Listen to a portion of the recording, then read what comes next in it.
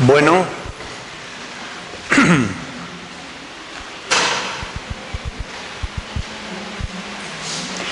nos quedamos hablando de cómo Pablo corrigió a los corintios, de que como Pablo corrigió a los corintios, también nosotros debemos corregir a nuestros hijos, ¿no?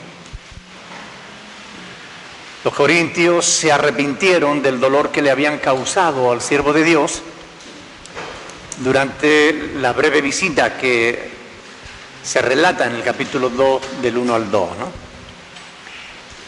Todos conocemos el Salmo de David, el Salmo 51, donde él dice que al corazón contrito y humillado no despreciarás tú, oh Dios, ¿verdad? ¿Suelen las personas reaccionar bien cuando se les corrige? ¿Cómo sueles reaccionar tú cuando te llaman la atención? No es fácil, ¿eh? ¿Verdad que no? ¿Por qué no es fácil? El orgullo, ¿verdad? Cuando se nos corrige, nuestro orgullo como que se siente apuñalado, ¿no? Y nos cuesta, a pesar de que la corrección pueda ser para nuestro bien, pero nos cuesta. Y lastimosamente es así. Con frecuencia exhortamos a alguien con la palabra del Señor y se enoja con nosotros, como si lo que le dijimos fuera para su mal en vez de para su bien.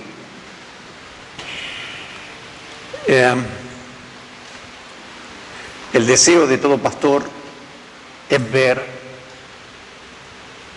que los miembros de su congregación andan bien. Y a ningún pastor le gusta llamar la atención a nadie, pero a veces no tenemos más remedio que hacerlo.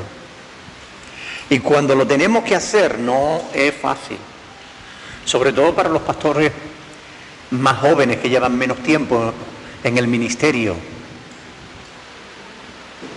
Ya cuando se lleva tantos años como yo, ya uno como que está más acostumbrado, ¿no? a enfrentar ciertas situaciones, ¿no? Pero aún así siempre es difícil, siempre es duro tener que llamarle la atención a alguien, pero es parte del ministerio que Dios nos ha encomendado y no tenemos más remedio que hacerlo por el bien de las almas. ¿Recuerdan Ezequiel? Creo que es en el capítulo 3, ¿no? Cuando habla del vigía. Dice que si el vigía, Dios te pone como vigilante, ¿verdad? Y tú ves venir al enemigo y no das aviso, pues claro, los otros morirán por su pecado, pero Dios va a demandar la sangre del vigía porque nos avisó. Y si tú eres vigía y das el aviso al ver venir al enemigo y ellos se aperciben, perfecto. Pero si no se aperciben, bueno, tú has limpiado tus manos por cuanto tú diste aviso, ¿verdad? Pues igual, no es fácil, pero lo tenemos que hacer. Y a veces no tenemos más remedio por el bien de las almas, para que no se aparten del Señor, para que permanezcan en la verdad de la palabra de Dios, ¿verdad? ¿Alguna vez corregiste a alguien y no le gustó? Yo creo que todos hemos tenido que pasar por esa experiencia de una manera o de otra, ¿no? Claro, yo creo que quizás la clave está ahí, ¿no? En la actitud con la que se hace. Si tenemos la actitud correcta, como la que decíamos de Gálatas 6:1, ¿no? Con espíritu de mansedumbre, ¿no? Considerándote a ti mismo, ¿no? Si lo hacemos con una buena actitud, ¿ustedes creen que hacerlo con una buena actitud es garantía de que no lo van a tomar a mal? No, pero hay más posibilidades de que se lo tomen mejor. Porque si no nos gusta que nos corrijan, imagínense si nos corrigen con una mala actitud. Entonces ya nuestro orgullo sale.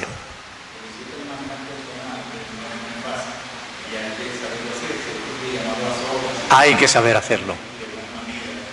Y lo bueno es que tenemos instrucción en la palabra de Dios de cómo hacerlo, ¿verdad?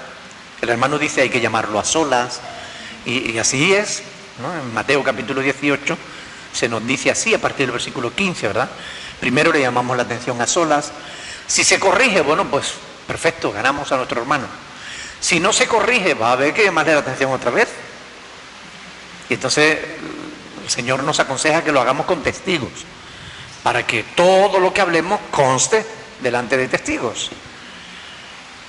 Si se corrige bien, si no, pues entonces hay que llevarlo delante de la iglesia y decir, hermano, a ver si delante de toda la iglesia se avergüenza y cambia. ¿Qué cambia? Bueno, gloria a Dios. Que no cambia, pues entonces ya hay que decirle, mira hermano, te hemos corregido en privado, te hemos corregido ante testigos, te ha corregido la iglesia. Si tú no te enmiendas, la única conclusión posible es que tú no eres un verdadero cristiano. Por tanto, a partir de este momento no te consideramos cristiano. Y ya está. Oiga, no es fácil, ¿eh? Pero a veces hay que hacerlo. Y por el bien de las almas. La palabra dice que cuando hay que reprender a alguien una y otra vez, dice, hazlo delante de todos para que los demás también teman. O sea que en un momento determinado hay que llevarlo ante la iglesia para que los demás también entiendan que deben actuar correctamente para con Dios y para con los demás. Pero la inmadurez, el sentido del ridículo, el orgullo, como vosotros decís, ¿verdad? A veces sale, ¿no? Y nos hace reaccionar mal cuando se nos corrige. Cuando, como decía, debiéramos estar agradecidos de que alguien nos diga, oye, este no es el camino, ¿no? El camino correcto es este otro, ¿no? Ustedes han visto cuando alguien se ha equivocado y va en dirección prohibida, todo el mundo, ¿dónde va? Que no sé qué. Todo el mundo echándole la bulla, pero nadie le dice, la siguiente a la izquierda, para que salga de ese sentido, ¿no? O sea, lo que se necesita cuando estamos en una dirección contraria es que alguien nos indique el camino para enmendar nuestra dirección. ¿Qué piensan de aquel que ve a su hermano andar mal y no le avisa?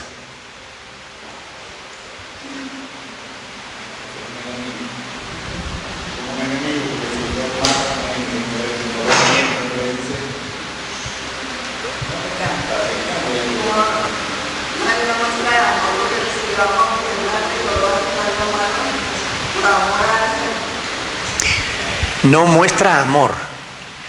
Pero miren bien, porque curiosamente se está produciendo un cambio en la iglesia con el evangelio liberal que se está predicando actualmente. Ahora te acusan de falta de amor no cuando no llamas la atención al hermano, sino cuando lo haces. Ahora es cuando llamas la atención a alguien por amor, los demás te dicen, ¿y tú quién eres para juzgar? ¿Y tú quién eres para corregir? Hay que tratar a los hermanos con amor. Cada uno es responsable delante de Dios, déjelo. Se ve como si fuera una falta de amor el llamarle la atención a alguien, cuando en realidad Dios al que ama corrige. Y la palabra de Dios nos enseña que debemos exhortarnos unos a otros. Segunda de Corintios, capítulo 7, versículo 8. Estamos ahí, vamos a salir de ahí hoy. Vamos a llegar al capítulo 8, vamos a llegar. Si Dios quiere. Versículo 8 dice, porque aunque os contristé con la carta no me pesa, aunque antes lo lamenté, porque veo que aquella carta, aunque por algún tiempo os contristó,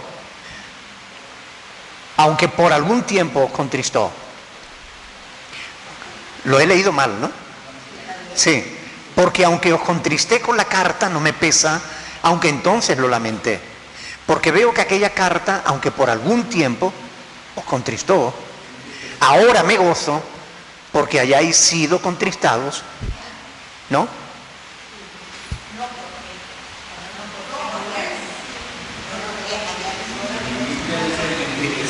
No porque hayáis sido contristados, sino porque fuisteis contristados para arrepentimiento. Porque habéis sido contristados según Dios para que ninguna pérdida padecieseis por nuestra parte, ¿no? Yo siempre digo que el verdadero problema no es que un cristiano peque, porque en realidad todos fallamos. El problema no es que fallemos. El verdadero problema en la vida del cristiano es que no reconozca el fallo. Es que diga, ¿qué tiene de malo? Que pierda la sensibilidad en cuanto al pecado. Eso es lo malo. Porque cuando no nos ponemos de acuerdo con Dios en lo que está bien o en lo que está mal, tenemos un verdadero problema. Porque la opinión que de verdad va a pesar, la que de verdad va a ser importante es la de Dios. Porque va a ser Él quien nos va a juzgar, no nosotros a nosotros mismos. Si nosotros nos juzgamos a nosotros mismos, ¿cómo nos declaramos? Inocente, señoría. ¿Es verdad o no? Cuando nosotros nos comparamos con los demás, siempre nos vemos mejor que los demás. Por eso el apóstol Pablo dice, ninguno tenga más alto concepto de sí que el que debe tener, sino que piense de sí mismo con cordura, ¿verdad? Porque cuando nos comparamos con otros, todos nos vemos mejores. Porque yo no soy como aquel. ¿Recuerdan al publicano? Ni como el otro. Yo hago esto, yo hago lo otro. Pero la opinión que cuenta es la de Dios. Y cuando Dios dice que algo está mal y no nos conviene, es que está mal y no nos conviene. Aunque nosotros podamos no verle nada de malo. ¿Y qué tiene de malo? Puntos suspensivos. Y ahí podemos poner lo que queramos. Si Dios dice que está mal, está mal. Nos guste o no nos guste. Nos parezca bien o nos parezca mal. Porque en definitiva más nos vale ponernos de acuerdo con Dios. Por eso digo que lo verdaderamente triste no es que en un momento determinado metamos la pata, sino que digamos, yo no he sido. Fue él o fue ella. Dos personas tienen problemas y señalamos siempre al otro, ¿no? Nos cuesta reconocer nuestra propia responsabilidad. Yo he aprendido a lo largo de los años que en consejería, que a veces cuando viene una pareja y uno de los dos vuelca todo el arsenal contra el otro, generalmente ese es el culpable. Pero quiere ocultar su pecado enseñando todos los fallos del otro, ¿no? Porque, ay pastor, usted no sabe qué ha hecho, que no sé qué, que no sé cuánto, porque me dice así, porque me hace no sé cuánto. Se vuelve históricos. No histéricos, sino históricos. ¿Recuerdan? ¿Qué pasará cuando un cristiano peca y al ser reprendido lo reconoce y se aparta? ¿Qué pasará? Alcanzará misericordia, ¿verdad? Pero ¿y si no lo reconoce?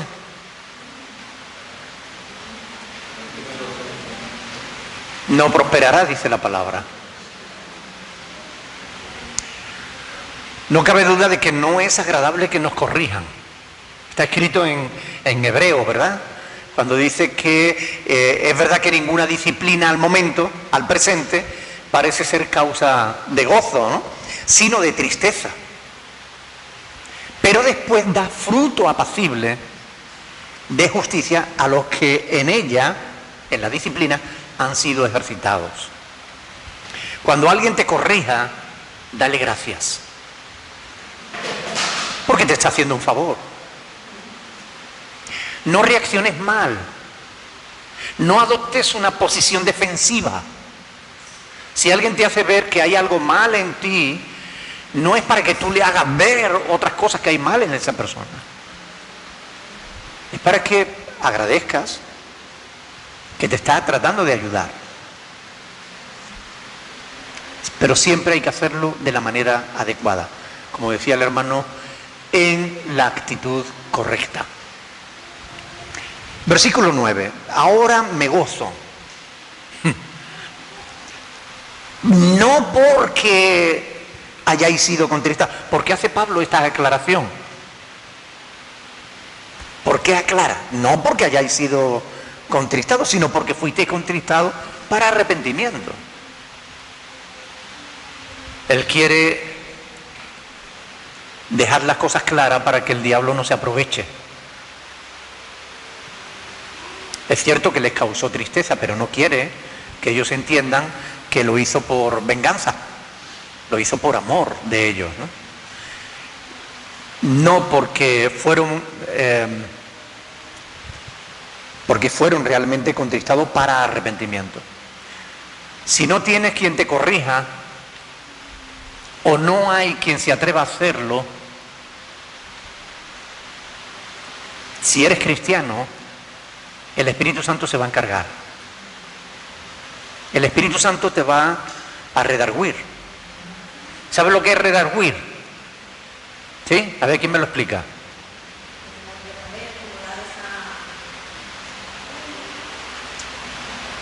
¿Qué es redarguir? Yo se lo explico, que para eso estoy aquí. Redarguir es que cuando uno está en una discusión tiene un montón de argumentos, ¿verdad? Redarguir es volver esos argumentos contra la persona que los presenta. Cuando estamos en una discusión y alguien plantea un argumento, volver el argumento contra esa misma persona. Eso es redarguir. A veces nosotros delante de Dios nos excusamos, ¿cierto? No, Señor, la mujer que me diste, así que la culpa es tuya, porque tú me la diste. La mujer, yo no, la serpiente, y tú la hiciste, Señor, así que la culpa es tuya. Nos excusamos, tiramos balones fuera. Cuando hacemos mal, nos excusamos, no queremos asumir la responsabilidad. Cuando decimos que el Espíritu Santo nos redarguye, estamos diciendo que el Espíritu Santo vuelve todos esos argumentos contra nosotros. Y entonces no nos queda más remedio que o le hacemos caso a Dios o nos apartamos de Él. Pero el Espíritu Santo va a dejarnos claro cuál es la verdad. La parábola del hijo pródigo ilustra bien esa vuelta a la cordura, ¿no? ¿Recuerdan la parábola del hijo pródigo?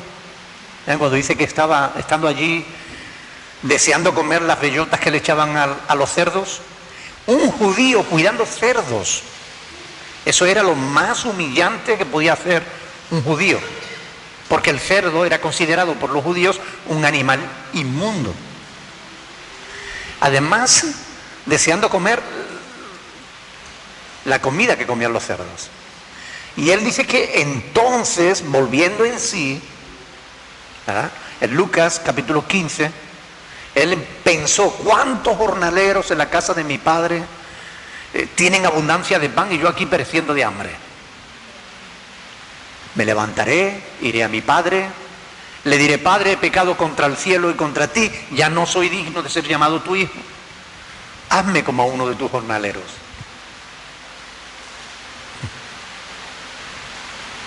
Un claro ejemplo de lo que significa el arrepentimiento genuino. Entender,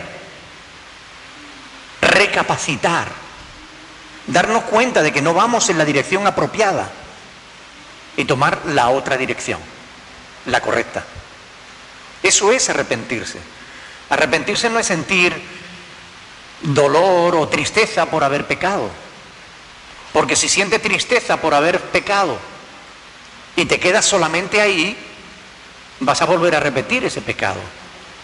Sí, te causa tristeza, pero no estás tomando la decisión adecuada, que es dejar de hacerlo. El arrepentimiento nos devuelve la razón y la inteligencia, nos devuelve la sabiduría. nos cambia la dirección, nos aleja del mal y nos vuelve a Dios y a quienes nos aman. ¿Qué ocurre cuando no se produce el arrepentimiento? Según Pablo aquí, se produce pérdida. Porque dice, para que ninguna pérdida padecieseis por causa nuestra, ¿no? Por esa razón, si un padre no amonesta a su hijo, o si un pastor no amonesta a los miembros de su congregación, ambos son responsables de la degradación espiritual que se produce en ellos. Porque se pierde espiritualidad, se pierde comunión con Dios, se pierde. Quiero que vean conmigo un pasaje en Hebreos capítulo 3. Vamos a mover las Biblias, si no, se me van a dormir. Hebreos capítulo 3.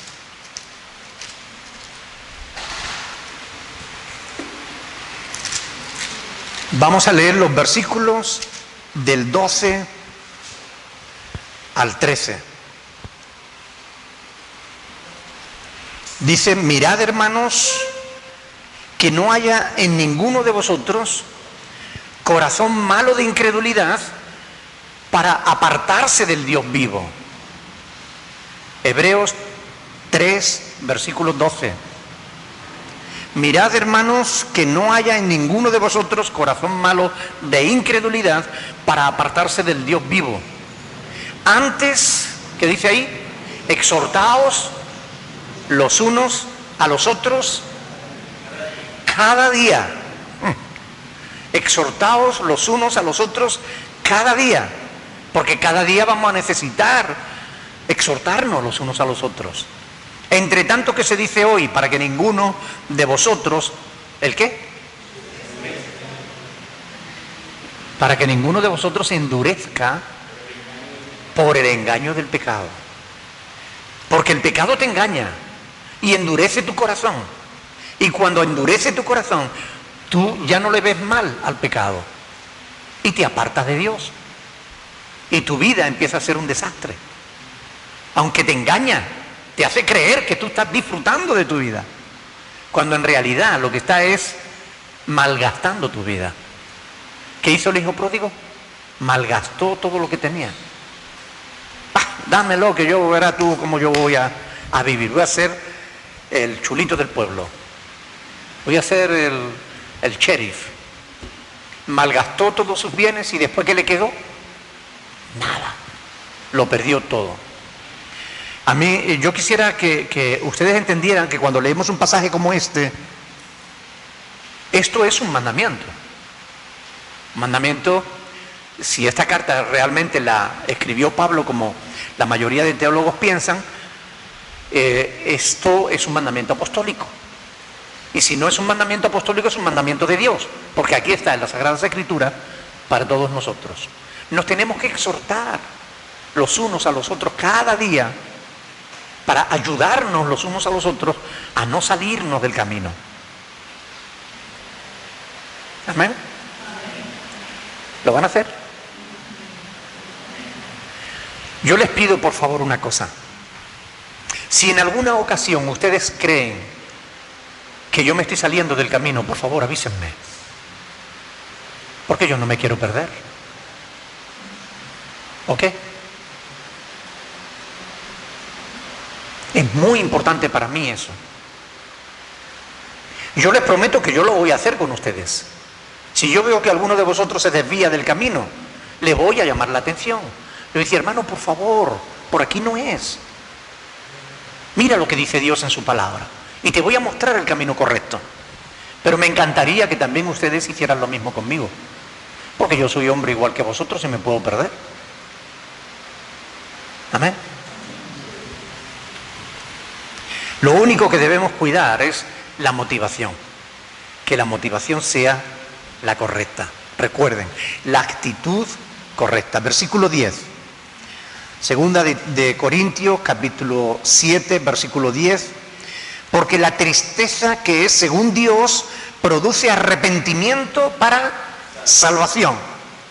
Y de esto sí que no hay que arrepentirse, ¿verdad? De la tristeza que produce arrepentimiento para salvación no hay que arrepentirse. Pero la tristeza del mundo que produce muerte. Como ya dije, una de las cosas más difíciles en el ministerio es llamarle la atención a alguien, sobre todo cuando no reaccionan bien. Sin embargo, yo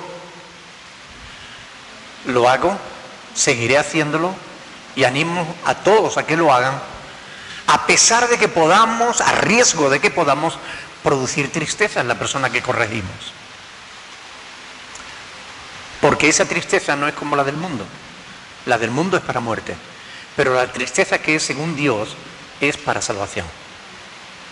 Esa es una palabra que especialmente los padres debemos tener en cuenta a la hora de educar a nuestros hijos, porque no debemos arrepentirnos de producirle tristeza. A veces cuando les corregimos y lloran, se nos rompe el alma. Y nos dan ganas de abrazarlos y de decir, bueno, no pasa nada. No, pero si se ha portado mal, les tenemos que corregir. Y si lloran, que lloren. Ojalá que esa tristeza les lleve al arrepentimiento para salvación. Y no que simplemente sea una tristeza que le lleve a mal. Yo quiero hacerles una pregunta y quiero pedirles que me sean sinceros. Muchos padres no corrigen a sus hijos, ¿por qué?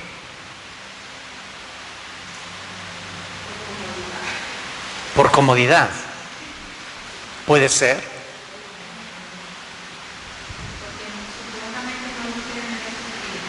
Porque no los quieren ver sufrir. ¿No van a sufrir más si no los enseñamos?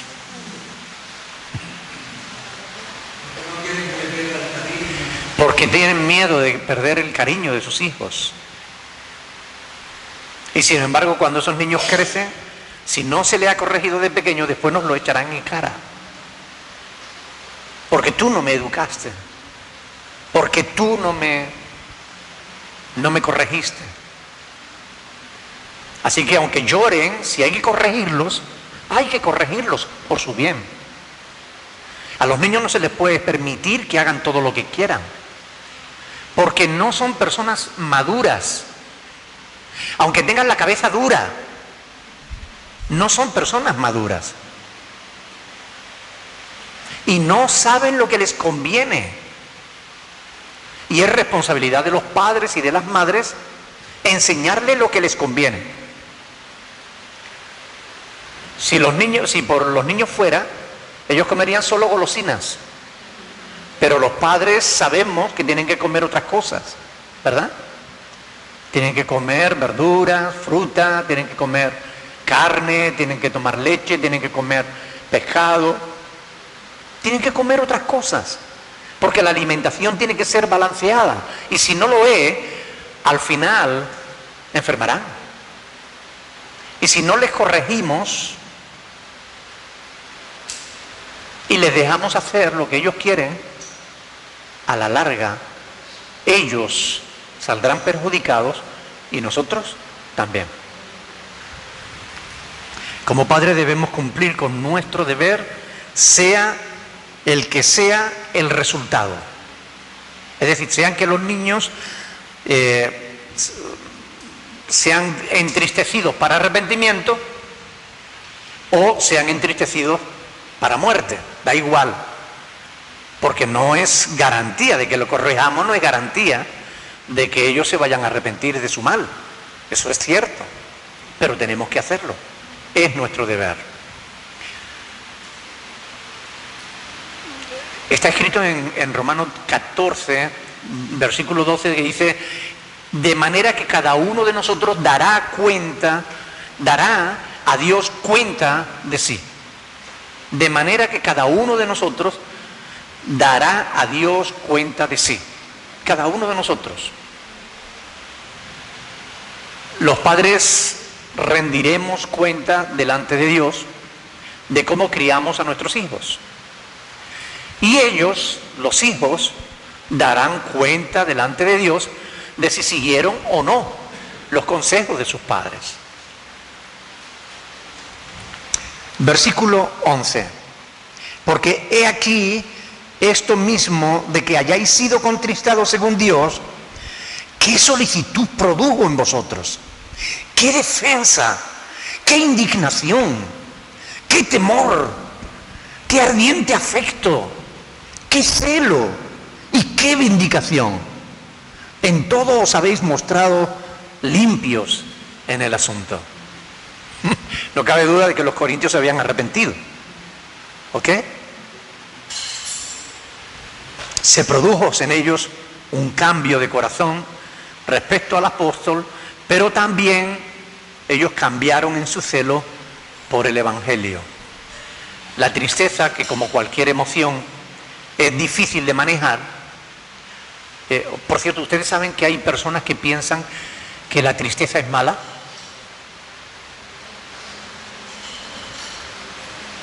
Por eso muchas veces le decimos a los niños, no llores, y cosas por el estilo. O vemos a alguien llorando la muerte de su ser querido y le decimos, no llores. Entendemos que la tristeza es algo malo y la tristeza no siempre es mala. Somos seres humanos y como seres humanos somos emocionales. Y las emociones hay que darle rienda suelta. Bueno, darle rienda suelta. Explico la frase, no vaya a ser que se me malinterprete.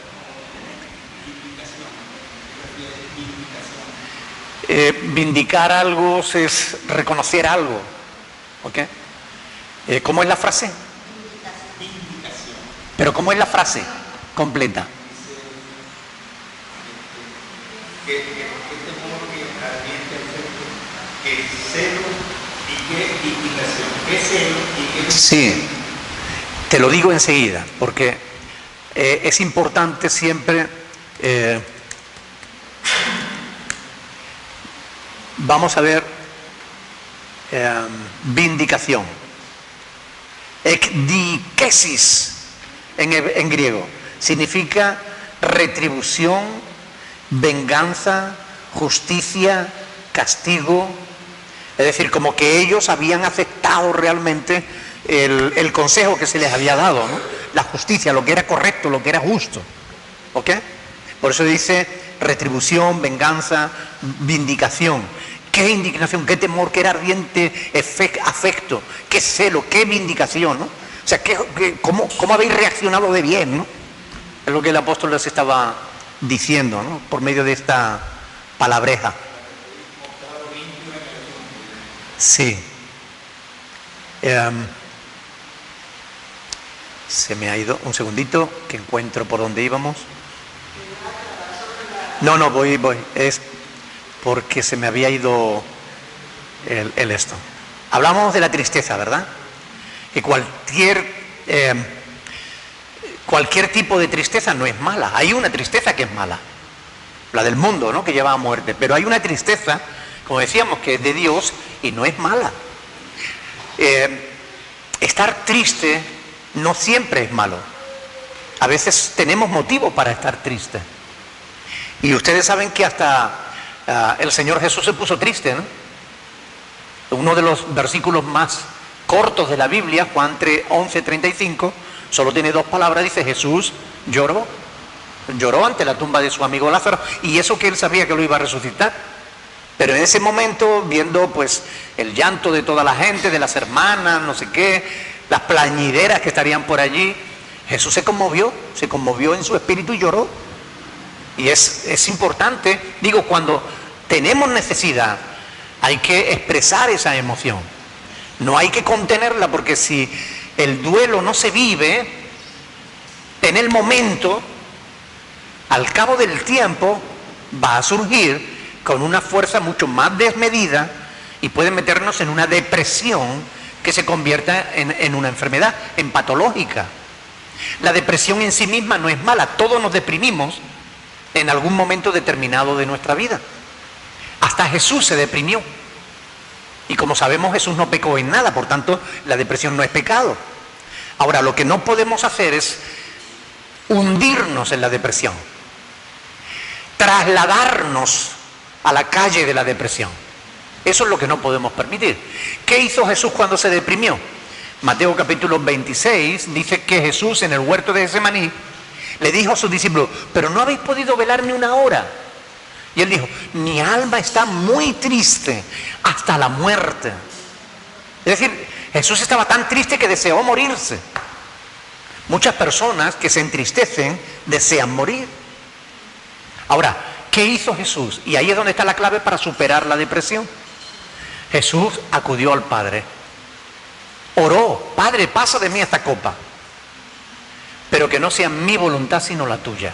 Y miren, cuando nosotros en medio de una depresión, sea la que sea, acudimos a Dios y aceptamos la voluntad de Dios por encima de la nuestra, adiós depresión. El quid de la cuestión está ahí. Ahí es donde está la victoria sobre la tristeza. Acudir a Dios y permitir que la voluntad de Dios sea más importante que la nuestra propia.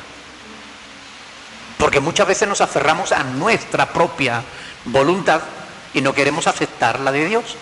Por eso nos agarramos a la depresión y nos hundimos con ella. ¿Ok? Ahora, llorar no es malo si se llora con un motivo. Lo que no es bueno es llorar sin motivo. Mi madre, cuando veía a uno llorar sin motivo, le decía, ven para acá, te voy a dar un motivo para que llores. Claro, está llorando sin motivo, ven para acá, te voy a dar un motivo para que llores con motivo. Y el otro dejaba de llorar inmediatamente, claro.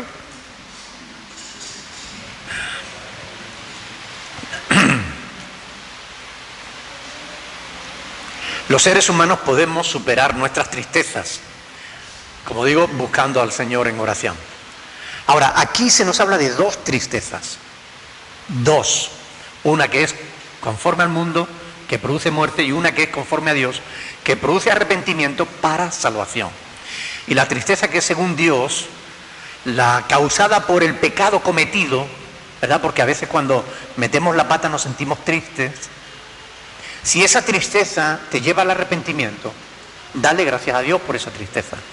Esa fue la tristeza que Pablo provocó en los Corintios, una tristeza que les llevó al arrepentimiento. Es la tristeza que sintió el apóstol Pedro cuando negó al Señor, ¿recuerdan? Pedro negó al Señor y dice que, escondido en un rincón, lloró amargamente. Pero no hizo lo que hizo Judas. Judas no creyó que el Señor le iba a poder perdonar. Pedro sí. La carta del apóstol produjo la reacción esperada en los Corintios. ¿Cuánto necesita la iglesia del siglo XXI hombres como Pablo?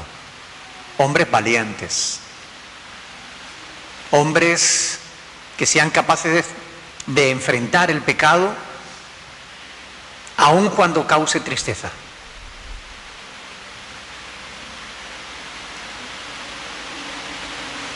Nunca como hoy los creyentes han estado tan expuestos a falsos mensajes relacionados con la Biblia y con Dios. Nunca. Sin embargo, nunca como hoy hay tanto creyente sin arrepentimiento. Tantos mensajes. Cualquiera que esté conectado al Facebook recibe cientos de mensajes. Un montón de tarjetitas muy bonitas, bien decoradas, con frases, con mensajes, con versículos, o con frases que no tienen nada que ver con lo que dice la Biblia. Y todos dicen amén, y a lo mejor es algo que va contrario a lo que Dios enseña. Pero la gente no conoce la Escritura y dice amén a cualquier cosa. ¿Cuántos mensajes recibimos actualmente los creyentes y cuán poco arrepentimiento sincero hay en la vida de la iglesia actual? Hay un pasaje en el Antiguo Testamento que es importante tenerlo en cuenta. Ezequiel, capítulo 18, ustedes lo conocen bien, porque aquí se ha hablado muchas veces de este pasaje de las Escrituras. Ezequiel, capítulo 18, vamos a leer a partir del versículo 20. ¿Lo tienen? Ezequiel capítulo 18, versículo 20. El alma que pecare, ¿qué le pasará? O sea, no es cualquier cosa. Si ves a tu hermano pecar, por favor avísale, porque está en peligro de muerte. El alma que pecare, esa morirá. El hijo no llevará el pecado del padre. Y aquí de un plumazo tiró por tierra la falsa doctrina de las maldiciones generacionales. De una sola frase. Aquí el profeta Ezequiel, inspirado por el Espíritu Santo, dijo: señores, déjense de tonterías, que los pecados no pasan de los padres a los hijos. Eso es falso. Los hijos no llevarán los pecados de los padres, ni el padre llevará el pecado del hijo. La justicia del justo será sobre él, y la impiedad del impío será sobre él. Mas, escuchen bien, si el impío se apartare de todos sus pecados que hizo, y guardare todos mis estatutos, e hiciere según el derecho y la justicia, ¿qué dice ahí? De cierto vivirá, no morirá. Todas las transgresiones que cometió no le serán recordadas. En su justicia que hizo, vivirá. Y Dios pregunta: ¿quiero yo la muerte del que muere? ¿Quiero yo la muerte del impío? Dice Jehová el Señor: no vivirá si se apartare de sus caminos. Y aquí de otro plumazo tira por tierra la doctrina calvinista de que la salvación es solamente para unos cuantos, que ya están salvos y da igual lo que hagan, que no se pueden perder, o que el que es perdido, da igual, haga lo que haga, que no se puede salvar. Mentira. Aquí dice: ¿quiero yo la muerte del impío? Dice Jehová el Señor. ¿No vivirá si se apartare de sus caminos? Mas si el justo se apartare de su justicia, e hiciere maldad, cometiere maldad, e hiciere conforme a todas las abominaciones que el impío hizo, ¿vivirá él? Aquí está poniendo por mentiroso a Juan Calvino. Así de simple, está diciendo: da igual que se considere el más justo del mundo, si se aparta de la justicia, ese no se va a salvar. Ninguna de las justicias que hizo le serán tenidas en cuenta. Por su rebelión con que prevaricó y por el pecado que cometió, por ello morirá. Y aquí el calvinista dice: no, pero es que si se aparta es que nunca fue justo. Pues Dios le llama justo, si el justo se apartare de su justicia. Así que no hay duda, Dios está diciendo que un justo puede dejar de serlo, y que un impío puede dejar de serlo.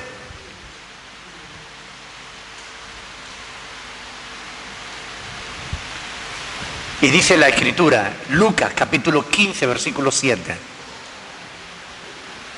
Lucas capítulo 15, versículo 7.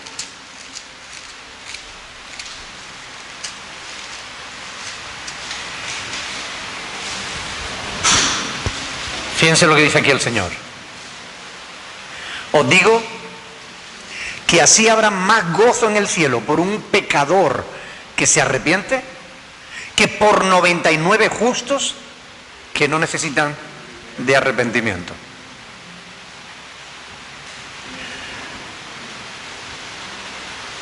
Dios no nos dejará llegar más allá de lo que podemos resistir en nuestras tentaciones. Pablo había sufrido sobremanera por causa de la obra de Dios en Corinto, pero llegado el momento, Dios lo consoló. Miren, nosotros tenemos que hacer lo que hizo el apóstol Pablo: ser capaces de exhortarnos los unos a los otros en amor, ser capaces de corregirnos, porque si no nos corregimos podemos perdernos. Es lo que dice la Escritura. Pablo corrigió a los corintios y se arrepintieron. Si alguien te corrige, arrepiéntete. Si ves a tu hermano pecar, por favor avísale. No le dejes en sus pecados, porque puede morir. Y cuando nos referimos a que puede morir, nos referimos a la muerte eterna, es decir, a la exclusión de la gloria de Dios. No es que va a desaparecer, como dicen algunos, no, es que se va a pasar la eternidad sufriendo si nosotros no le avisamos. Por favor, ayudémonos unos a otros. Si nos amamos, exhortémonos unos a otros. Es nuestro deber delante de Dios. Da igual que el hermano se enfade. Si lo hacemos con una buena actitud, a la larga, nosotros habremos hecho lo correcto. Deja la respuesta para el hermano. Deja la respuesta para el hermano o para la hermana, según sea el caso. Si tienes que corregir a alguien, corrígelo. Con una buena actitud. Yo no quiero que estén ahora señalándose porque tú, poniéndose el dedo en la frente. No. Cada vez que tú apuntas un dedo contra alguien, hay 3 que te señalan a ti. No. No digo esto para eso. Digo esto para que de verdad actuemos en amor delante de Dios. Y nos podamos ayudar los unos a los otros, porque el camino es largo. Ojalá el Señor venga ya esta misma noche. Pero si no viene y seguimos aquí en esta tierra rodeado de maldad y de pecado, rodeado de tentaciones, cualquiera de nosotros corremos el riesgo de caer. Y si vemos que alguno cae, no hagamos leña del árbol caído. Tendámosle la mano al hermano. Ayudemos a la hermana. Digámosle, hermana, eso no es la voluntad de Dios para tu vida. Arrepiéntete de tu pecado para salvación. Amén. ¿Tendremos el valor de hacerlo? ¿Agradaremos a Dios con esto? Esa es su voluntad. Si solo me queda decirles una cosa. Si ya ustedes saben cuál es la voluntad de Dios, déjenme decirle que al que sabe hacer lo bueno y no lo hace, le es pecado. Amén. Pongámonos de pie y demos gracias a Dios por este tiempo.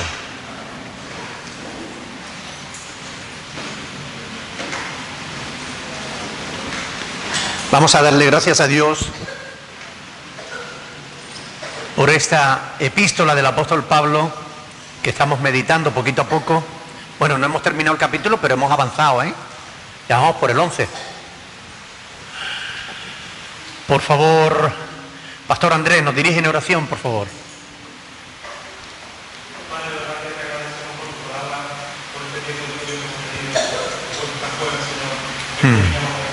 Amén, Padre. Gracias por la introducción de mi programa y me recordaste que con ayuda a meditar en estas cosas ya podemos las. Sí, Señor. Amarnos los unos a los otros. Sí, Señor. Amén. Pero conforme a tu voluntad. Gracias porque tú nos has marcado el camino para seguir. Amén. Padre, ahora donde quiera que vayamos estando con nosotros y de verdad, Señor, a lo largo de esta semana ayúdanos a recordar estas cosas. Sí, Señor. Ayúdanos a recordar. En el trabajo, ayúdanos a recordar. En el nombre de Jesús. Amén. Dios les bendiga, mis hermanos. Ánimo y adelante.